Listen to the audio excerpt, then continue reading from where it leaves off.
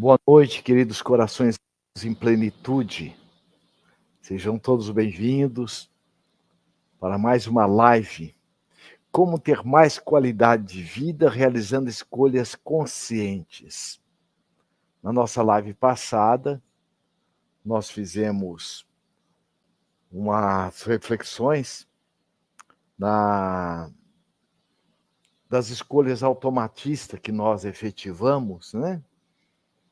E essas escolhas, elas trazem uma série de dificuldades, porque são escolhas que muitas vezes nós tomamos na impulsividade, não é? Então hoje nós vamos estar vendo como realmente ter qualidade de vida a partir dessas escolhas conscientes, né? Fruto do autoconhecimento, do autoacolhimento, do autoamor, né? Então as escolhas que fazemos em nossas vidas têm um impacto significativo na nossa qualidade de vida. Escolhas conscientes são feitas com base em nossos valores e objetivos, e elas podem justamente, não só podem, como elas nos ajudam a viver uma vida mais plena, uma vida mais gratificante. Porque são escolhas em que nós estamos tomando a partir do autoconhecimento, que vai estar dando para nós, o autoconhecimento nos oferece a condição de estarmos agindo com autoconfiança, com autodomínio. Então, aquele momento que eu estou com raiva, eu reconheço, mas vou agir não com raiva. Então, eu peço, dependendo da situação, olha, com a esposa, meu bem, me dá um tempo, eu não estou bem, depois nós conversamos, ou com o filho. Então, aquele momento que você percebe a sua situação limitante sem se limitar. Então, as escolhas que fazemos, olha, elas são os resultados de uma complexa interação. Vontade, que é o que determina os nossos pensamentos, os sentimentos e os comportamentos. Essa interação, veja, é que vai realmente estar nos ofertando os parâmetros para as nossas escolhas. E conforme nós pensamos, as nossas crenças, os nossos valores, nós vamos estar estimulando neuroquimicamente o nosso cérebro. E segundo neurocientistas, os neuropsicólogos, né, os estudiosos desta área, o nosso cérebro ele é dividido em dois principais sistemas. O sistema consciente e o sistema autônomo. Então, o sistema consciente, nós temos, fruto do autoconhecimento, a percepção de como nós estamos realmente sentindo, o que nós queremos fazer, como nós queremos nos conduzir. E os efeitos emocionais que nós recebemos das nossas escolhas, e principalmente das escolhas condicionadas, geralmente eles são camuflados, porque o ego tem 1000 disfarces. E muitas vezes nós temos dificuldades de nos acolher nessas escolhas condicionadas. E muitas vezes nós projetamos, em virtude da dificuldade de autoaceitação, de nos autorresponsabilizarmos, nós projetamos para as pessoas, para a vida, culpando o pai, culpando mãe, culpando professores, pela forma como nós estamos funcionando. E ao ponto de também estar culpando o Criador do universo. E a primeira característica da responsabilidade essencial desse processo do autoconhecimento, da autorresponsabilização, é aceitar os fatos de forma e de maneira irrestrita. Por quê? O fato é sempre o fato. Já tem um postulado que diz assim, contra fatos não há argumentação. Tá bem? Muito bem. Para quem não me conhece, meu nome é Lacordaire Fayad, eu sou psicólogo, possuo algumas especializações na área de neurolinguística, na área de neuropsicologia e outras mais. E aqui, no Instituto Brasileiro de Plenitude Humana, estamos na condição também de diretor de seres humanos. E as nossas lives, ela tem por finalidade, conforme também é do propósito, é o do Plenitude Humana, estarmos oferecendo reflexões para o nosso processo de autoeducação, a educação do ser espiritual que nós somos. E todas as diretrizes dos profissionais que trabalham no Instituto Brasileiro de Plenitude Humana têm essa visão da psicologia transpessoal consciencial, que é uma visão biológica, psicológica, social e espiritual. Biológica, nós temos um corpo, e somos mais do que um corpo. Nós temos uma estrutura de pensamentos, mas nós somos muito mais do que a nossa própria estrutura de pensamento. Nós trazemos conosco toda uma história sociocultural, socioeducativa, mas nós, embora são fatores intervenientes na nossa vida, mas nós somos muito mais também do que a nossa história.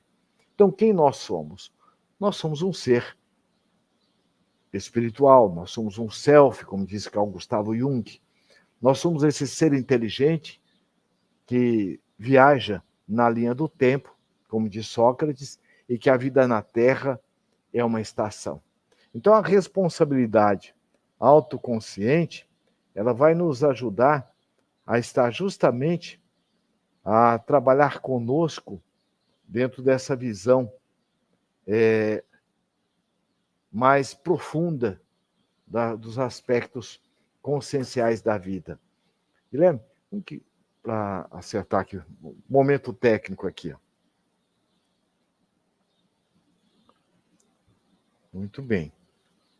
Então, como nós estamos colocando essa escolha autoconsciente, autorresponsável, se eu sinto raiva e digo, não, tá tudo bem. Se me sinto sozinho e digo, olha, isso não é nada, eu estou camuflando. Dentro da visão, fruto do autoconhecimento, as escolhas autoconscientes, eu reconheço que eu estou com raiva, eu estou com medo, eu estou triste. Mas eu busco me autorresponsabilizar e aceito a oportunidade de estar fazendo a mudança a partir de entender o que eu estou pensando que me levou a tal pensamento, a tal sentimento ou a tal escolha. Então eu passo a me trabalhar dentro dessa percepção, desse circuito mental autônomo e faço algumas perguntas fundamentais. Primeiro, o porquê da situação. Olha, porquê dessa situação? Que virtude eu estou sendo convidado a desenvolver diante dessa situação? E também eu tenho uma autopercepção do que acontece comigo diante da situação. E também tenho uma leitura do que acontece também com as pessoas diante dessa situação.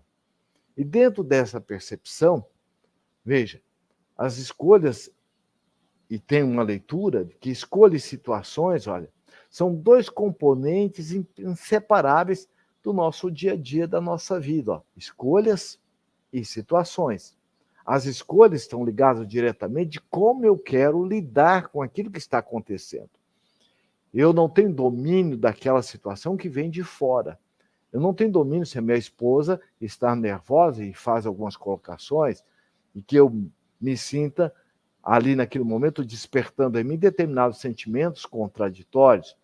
Eu não tenho domínio de chegar, dominar o meu filho, ou seja, atitudes que ele venha trazer e desperta em mim determinadas situações que eu sou convidado a trabalhar comigo. Então, as situações que nós geramos são oriundas justamente das nossas escolhas. Aquelas que eu gero são oriundas das minhas escolhas. E mesmo também as situações que não tivemos muitas vezes escolhas diante delas. Então, veja, eu não tenho, diante de uma atitude alheia, o que eu quero fazer, como é que eu quero estar sentindo. Aí eu tenho esse domínio. Então, realizar escolhas sobre o que queremos para nós mesmos, a partir das situações, eu tenho domínio para isso. Por isso que é muito importante eu perceber dois movimentos. Uma é a situação-efeito, que são reflexos das minhas escolhas. São oriundas das escolhas diretas ou indiretas que eu fiz em estado consciente ou muitas vezes num movimento automatista. Então, essas situações, eu não tenho como impedir que elas cheguem até a mim. Então, são situações, efeitos, né, que vão estar justamente em virtude da causa. A causa é a minha crença. Não, eu sou capaz, eu posso, e eu quero realmente, eu sou mais do que essa situação. Então, eu estou tomando uma atitude consciente, eu vou ter um efeito também salutar, como também diante de uma situação automatista, no momento de raiva, de medo, de insegurança, isso também vai refletir em mim. E situações também de fora, que nós vamos perceber que essas situações, nós vamos denominá-las como situações com vocação. São situações imprevistas que nos convocam a uma tomada de escolhas no momento em que elas acontecem. Então, diante de uma situação que eu não tenho domínio, eu vou estar me perguntando: qual é a virtude que eu estou sendo convidado neste momento a acessar em mim para ter o autodomínio diante dessa situação que eu não esperava? Então, qual o significado das situações e efeitos e situações com vocações em nossas vidas? Nós fazemos essa pergunta.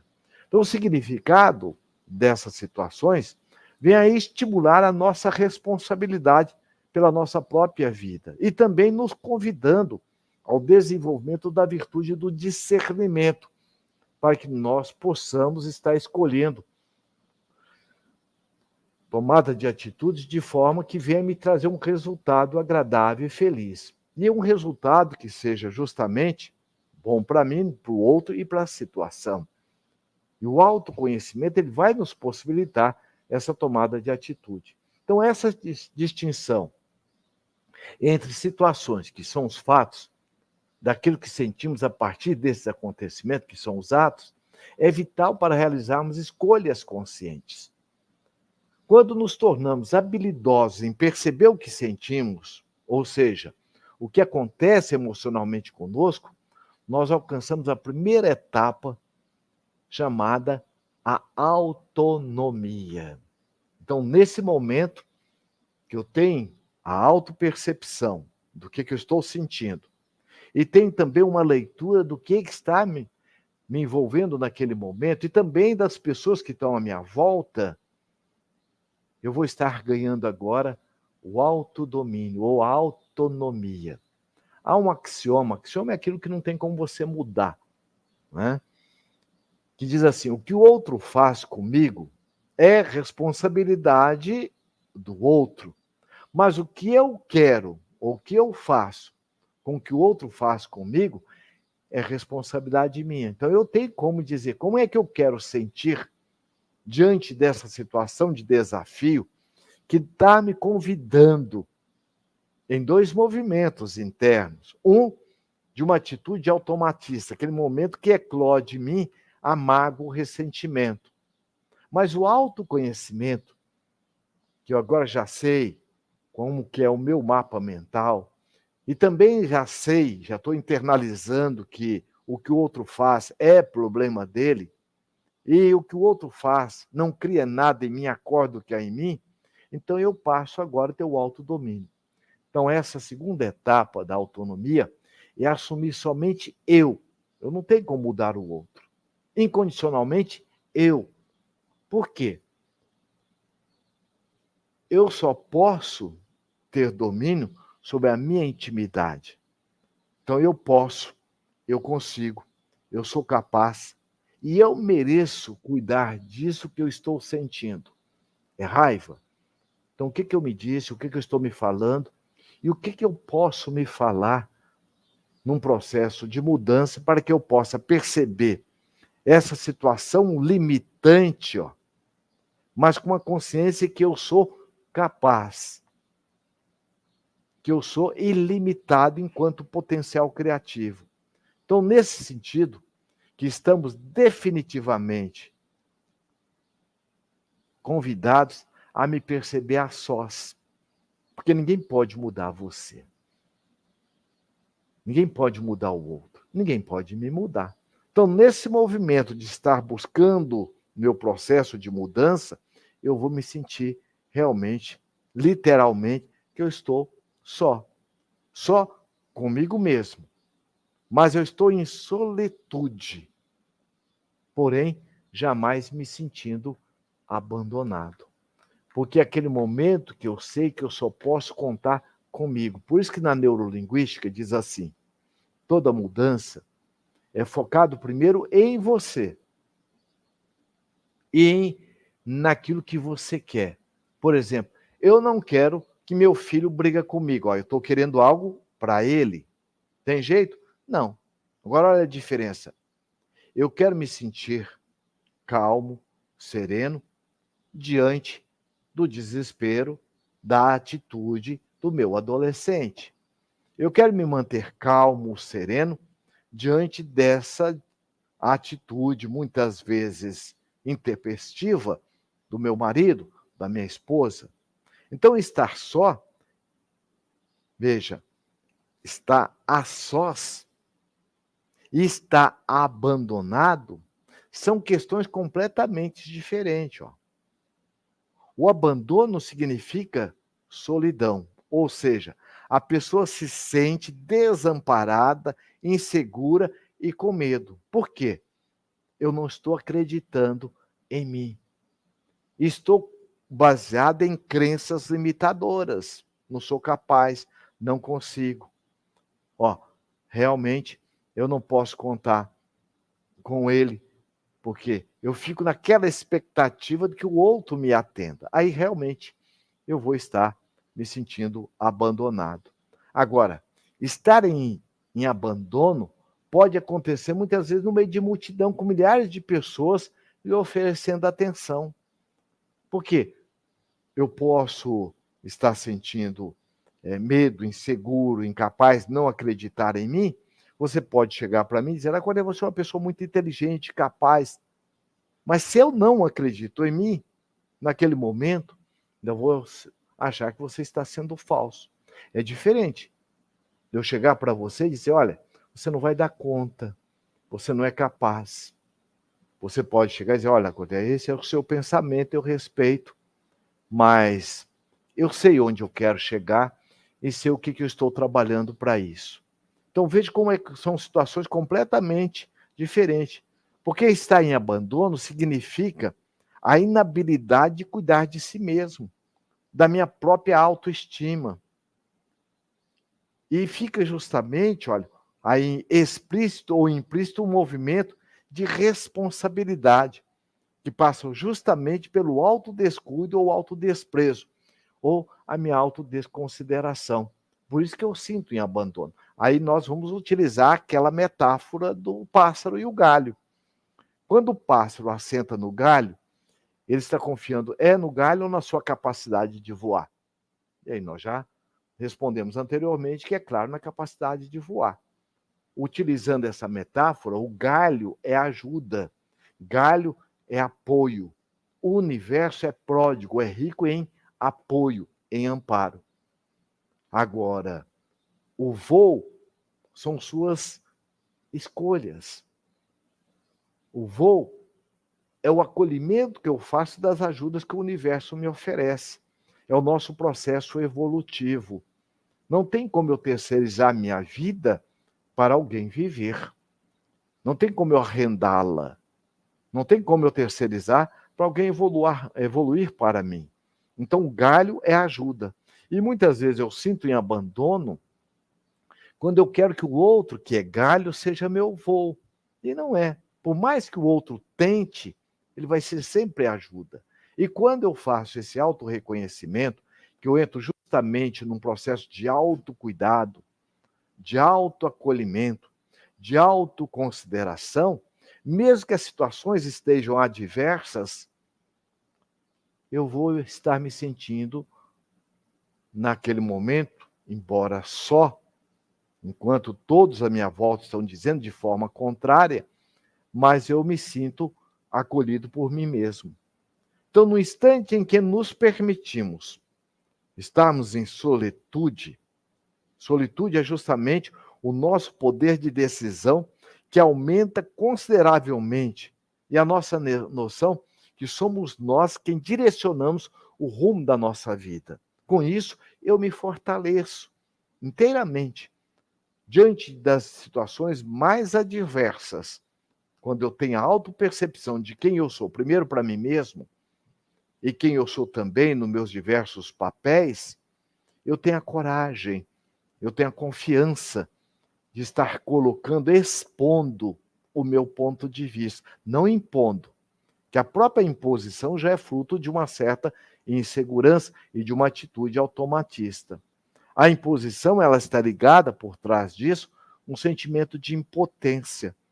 Então eu fico preso a uma situação e não vejo que eu não sou aquela situação. E aí nós vamos perceber nas tradições antigas, é muito comum nós verificarmos o hábito dos sábios, dos profetas, dos filósofos, que buscavam o retiro do deserto, lá na montanha, para poder meditar a sós. Isso, veja, é recorrente na vida prática. Por quê? Na solitude, é essencial para que nós possamos nos conectar com a nossa essencialidade. Essa atividade de conexão amorosa de você com você mesmo, só você pode fazer. Então, aquele momento em que você está em solitude, aquele momento que você está a sós, mas não está se sentindo abandonado, porque você tem uma leitura que você é a sua melhor companhia. Você está dando o melhor para você naquele momento. E é exatamente quando nós entramos no estado de solitude que emerge em nós o nosso potencial da criatividade, principalmente a força da autonomia, onde eu me sinto capaz, potente, amoroso. Por quê?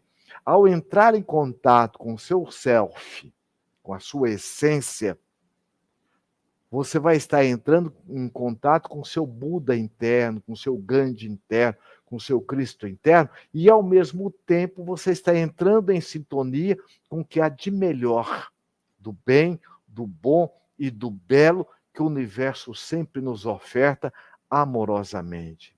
Então é pela essa criatividade, diante de qualquer situação, veja, que as escolhas superam os padrões condicionados.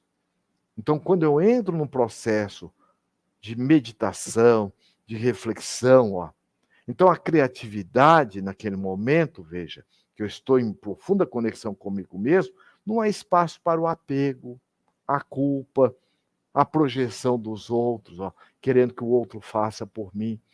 Por quê? É um movimento constantemente construtivo. Você está pleno com você mesmo. E nós somos a semelhança de uma semente que traz dentro de si todos os ingredientes necessários para despertar a árvore que tipifica. No nosso caso, nós trazemos todos os elementos necessários para trabalharmos a nossa felicidade. Deus não criou ninguém coitadinho, nem incapaz, nem faltante. Por isso que o autoconhecimento é fundamental para que nós trabalhemos conosco esse processo do nosso autodesenvolvimento. Porque quando você está centrado com você mesmo, veja, não falta nada. Porque Deus não criou ninguém faltante. Da parte da divindade, nós já somos completos. Nós já somos perfeitos, potencialmente falando. Como a semente. A semente, enquanto semente, ela é perfeita. Agora, para que possa desenvolver o que está dentro da semente, é fundamental que nós busquemos plantá-la, regá-la, adubá-la. No nosso caso, é o autocuidado, fruto da autopercepção, do autoconhecimento, é a autoaceitação, é o autorrespeito. Então, quando eu tenho comigo esses cuidados, veja, dentro dessa visão da psicologia transpessoal consciencial e dessa visão da criatividade, nós vamos perceber que nós somos muito capazes de lidar com as situações mais diversas e fazer escolhas conscientes, autoconscientes. Porque todo foco criativo é naquilo que preenche a nossa intimidade, num processo de autorrealização, e não de regras, de dogmas, de expectativas nas atitudes alheias ou nos desejos imediatos. Porque nós já temos uma leitura, primeiro, de quem nós somos, enquanto ser espiritual. Então, nós somos este ser completo, potencialmente falando, com a responsabilidade ou autorresponsabilidade de desenvolver este potencial.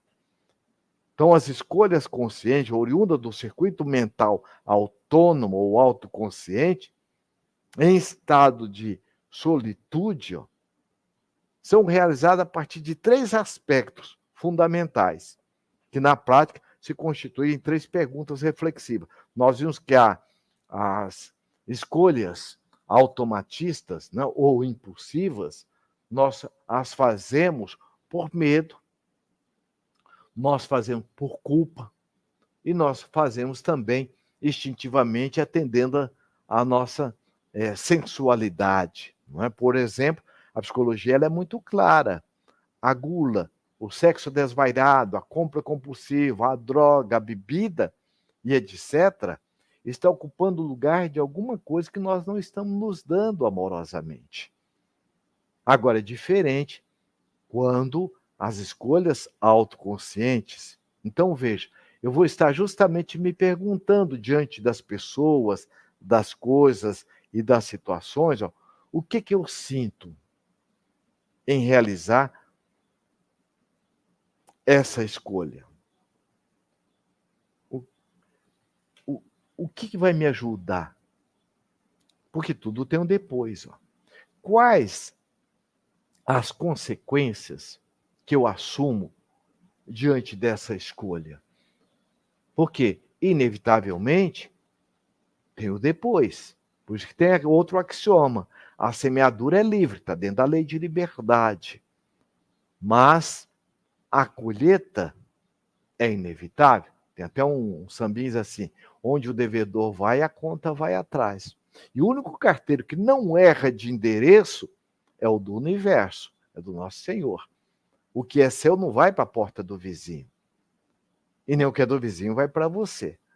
Então ninguém está onde está, com quem está, por que está, por acaso. Acaso e milagres não existem. Aquilo que nós atribuímos enquanto acaso e milagre, nada mais é do que uma pobreza de instrumentação para que nós possamos aferir a intimidade dos fatos. Tudo bem? Se você tem alguma pergunta, pode colocar no chat aí, não é? Nosso Guilherme vai estar fazendo aqui. Nós temos a alegria de ter conosco a Carmen Lúcia Soares, Suzana Souza, a Sheila Albuquerque, a Maria Alice Trindade. Meu abraço, Maria Alice, a diva. Muito bem. Uma alegria estar aqui com vocês, né? Nós temos também a Flávia, a Márcia Cavalcante. Muito bem. Estamos aí. Se houver alguma pergunta, né? Estamos aí à disposição. Então, a pergunta justamente é essa: olha, o que eu sinto? Ou o que nessa escolha, em realizar essa escolha? Então, essa pergunta, ela é profundamente reflexiva. E ela nos convida a identificar especificamente o sentimento que está em nós, ou que nós temos neste momento, direcionando a vontade de fazer a escolha. Por exemplo, é amor que eu sinto em estar fazendo essa escolha? É alegria? É compaixão? É segurança? É indulgência? Porque eu quero fazer uma escolha autoconsciente. Então, veja, pode acontecer que percebamos também a presença de sentimentos egóicos. Isso é muito importante. Porque se nós estamos num momento luz, fruto do autoconhecimento, do nosso esforço, em nos dar o melhor, porque nós merecemos, porque quem se ama se dá o melhor, eu vou também descobrir meus movimentos egóicos, que é o meu lado sombra, ou limitadores. Por exemplo, inveja, medo, tristeza, insegurança, culpa, raiva, vingança. Eu vou perceber, o que eu quero fazer pode, de repente, estar permeado de sentimentos egóicos. Então, diante dessa percepção, eu, em vez de estar me censurando, me criticando, eu me acolho, principalmente sabendo, com base em quem eu sou, naquilo que eu estou fazendo ou no que eu estou sentindo. Veja, nós somos essencialmente amor. Mas você agiu o tempo todo amorosamente? Não. Nesse momento eu percebo que eu sou amor, mas eu estou tendo uma atitude de desamor. Em virtude já do autoconhecimento, desse processo do autoacolhimento amoroso que já estou fazendo comigo, eu já tenho uma leitura diferente de quem eu sou. E aí nós vamos lá na imagem, na Gênese bíblica. Nós fomos criados da imagem e semelhança do Criador. Ou seja, se Deus é amor, nós somos amor. Se Deus é virtude, nós também somos virtudes. Mas eu tenho ainda, nesse ou naquele aspecto, atitude de desamor. Atitude fruto de insegurança, fruto de ignorância.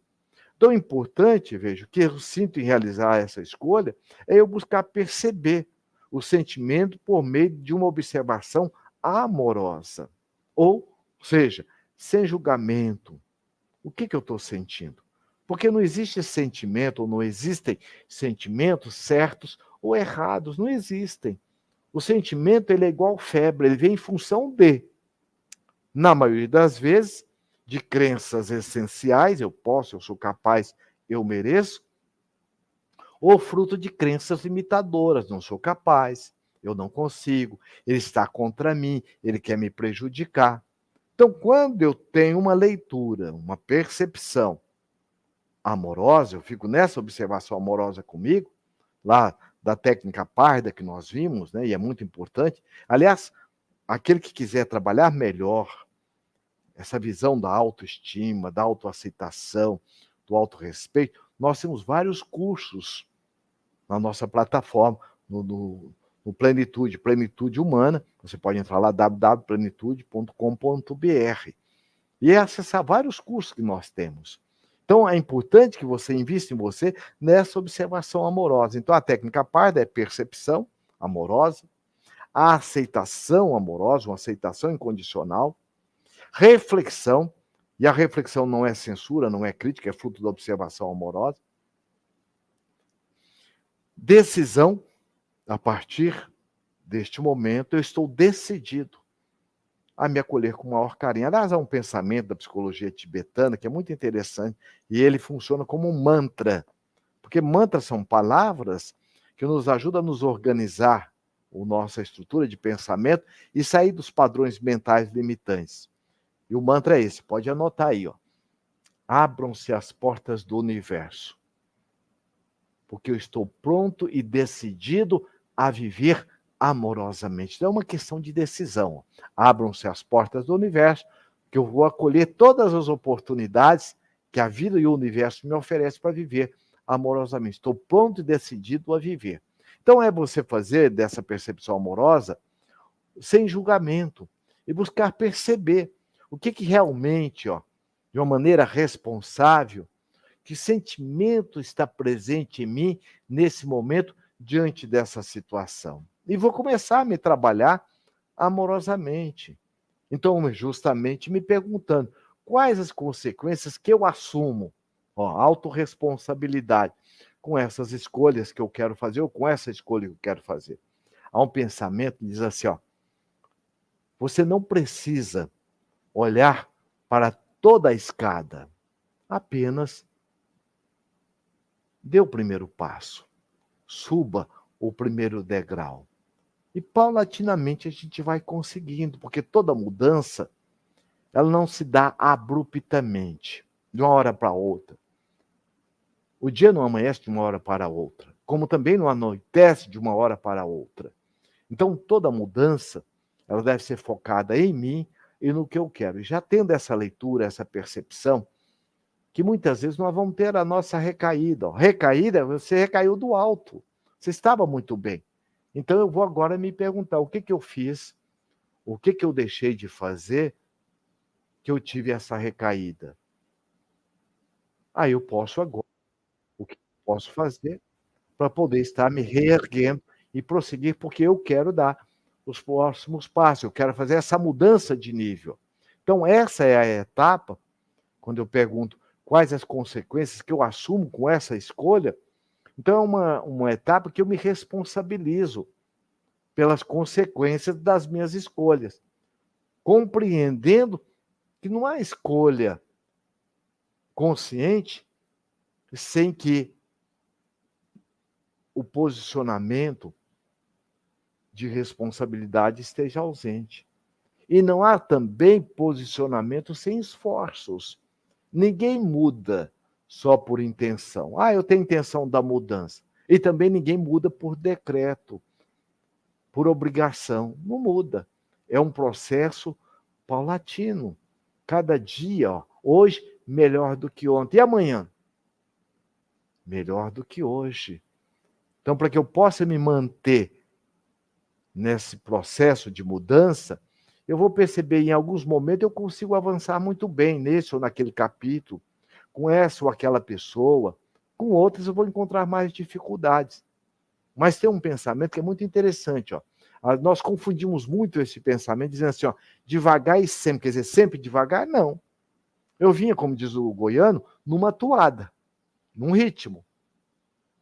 Mas diante das situações adversas que eu não tenho controle, eu sou convidado a perceber as minhas limitações. Então, trocando, será o ditado realmente, ele é assim, ó, devagar, mas sempre, ó.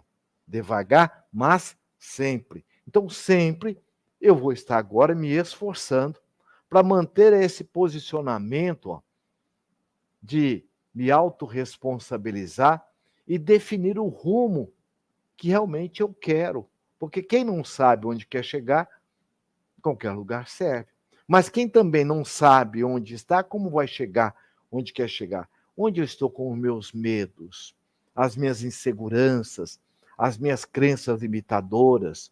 Então, manter justamente esse ritmo para que eu possa realmente chegar no rumo definido. Então, justamente, eu vou estar justamente me perguntando, ó, o que quero também, a outra pergunta, me tornar com essas escolhas. Porque qualquer escolha que eu faça, ela tem um resultado. Então, veja, é muito importante que nós busquemos aprender que tudo na vida tem um preço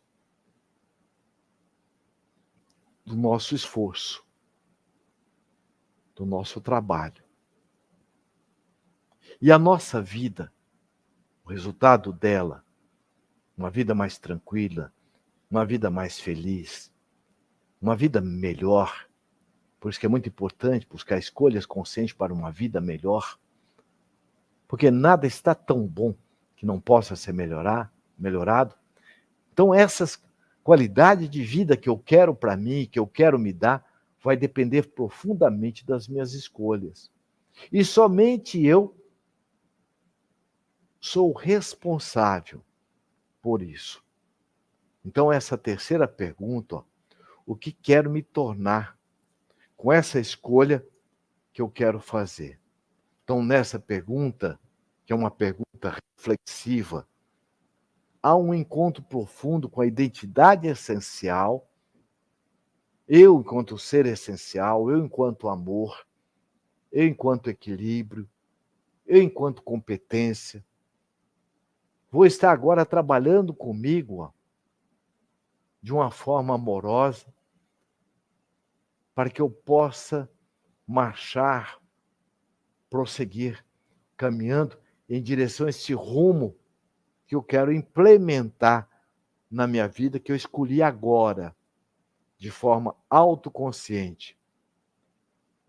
Eu quero, eu posso e eu mereço me conduzir de uma forma mais consciente, mais responsável naquilo que eu quero fazer com a minha vida.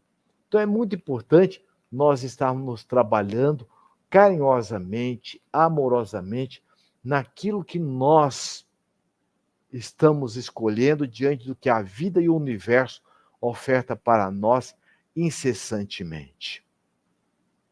Ok? Alguma pergunta, Guilherme? Muito bem. Então, recordando, né, o axioma lá, o que o outro faz comigo é responsabilidade do outro. Mas o que eu faço com aquilo que o outro faz comigo é responsabilidade minha. Então, é importante, é fundamental eu me autorresponsabilizar. Então, tem aquele postulado da psicologia que nós sempre colocamos, ó, nunca colocar no outro, nas pessoas, nas situações a responsabilidade pelo que eu sinto, pelo que eu penso, pelo que eu faço, pelo que eu fiz e pelo que eu quero fazer. Porque o outro não cria nada em nós, ele desperta o que há em nós. Então, esse processo de autorresponsabilização, ele vai nos ajudar profundamente para que nós possamos estar dando uma diretriz amorosa na nossa vida. Então, como ter mais qualidade de vida realizando escolhas conscientes? Focar em você, naquilo que você quer e perceber, ninguém muda por intenção e também ninguém muda por decreto. É fruto do alto trabalho amoroso que você vai efetivar com você mesmo, tá bem? Bem, nós vamos encerrar nossa live de hoje lembrando do nosso mantra, né? Que nós sempre colocamos. É um mantra que nos convida à autoidentidade, à autoestima, à autoaceitação, ao autorrespeito. E nos faz também uma conexão cósmica. Mantra são palavras, e há um pensamento da psicologia tibetana que diz assim: palavras são luvas que vestem o pensamento. Conforme nós pensamos, o nosso pensamento ele vai estimular neuroquimicamente o nosso cérebro, produzindo as enzimas correspondentes aos nossos padrões mentais de saúde ou de doença. Eu quero, eu posso, eu mereço. E o universo é pródigo em oportunidades. Isso nos leva ao encontro da nossa essencialidade. Ah, eu não dou conta, eu não sou capaz, eu não consigo. Nós nos descentramos de nós mesmos, da nossa essência amorosa, e automaticamente nós vamos também nos descentrar, deixar de desfrutar amorosamente das nossas interrelações, das pessoas que nós amamos e também do cosmo. Então eu sinto abandonado pelo outro, pela vida, porque eu estou me auto-abandonando, sem fugir de você, porque não tem como nós nos descriarmos. Onde você for, você se leva junto. Não tem como você dormir sem você, ir num lugar e não te levar. Então você é a sua companhia para a eternidade. Então merece ou não carinho? Nós somos a criação divina mais perfeita e amorosa que a divindade fez, criou e nos deu para nós mesmos nos cuidar. Ok? Vamos ao mantra? Então o mantra é o seguinte, olha, vamos lá. Eu me amo. Eu amo a vida. A vida é bela. E eu sou luz. Sou filho de Deus. Sob a sua proteção incondicional. Herdeiro do universo. Aprendiz da vida. Meu mestre é Jesus. Eu me amo, portanto eu me autocuido, eu me autovalorizo, eu me autorrespeito. E eu amo a vida com profunda gratidão por tudo que ela me oferta. Como oportunidade de aprendizado, as ofertas de desafio. Como nós vimos, as nossas escolhas, a automatista nos convida a estarmos trabalhando para transformá-la em escolhas essenciais. Então eu amo a vida, porque a vida me oferta as condições para a minha elevação espiritual. E a vida é bela, porque nunca a maré está contra o nadador, é ele que está de costas e não se dá conta disso. Porque quem controla a maré são as leis do universo. E sou filho de uma inteligência cósmica. Essa mesma inteligência que faz com que os corpos celestes não se choquem um com o outro. Que faz com que o seu coração pulse e vibre independente da sua vontade. que as suas células do nosso corpo estão multiplicando sem que você efetue qualquer programação. Já está impresso em nós. E além de estarmos sob a sua proteção incondicional, então somos também aprendizes da vida. Eu posso errar. E o erro nada mais é do que uma experiência, me convidando a meditar, fazer diferente. Agora, nós temos uma tutela. Assim como o Piaget, Vallon, que são os teóricos da psicologia infantil, diz assim: toda criança tem necessidade do adulto socializado para inseri-la no social. A divindade, ao nos criar, nos deu a tutela do maior psicólogo da humanidade, que é o Cristo Jesus. Então eu sou aprendiz da vida e meu mestre é Jesus. Eu me amo, eu amo a vida é bela e eu sou luz. Sou filho de Deus, sob a sua proteção incondicional, herdeiro do universo e aprendiz da vida. Meu mestre é Jesus. Gratidão e até a próxima live. Que possamos prosseguir fazendo escolhas autoconscientes e amorosas. Até a próxima oportunidade. Um abraço, queridos corações amigos em plenitude.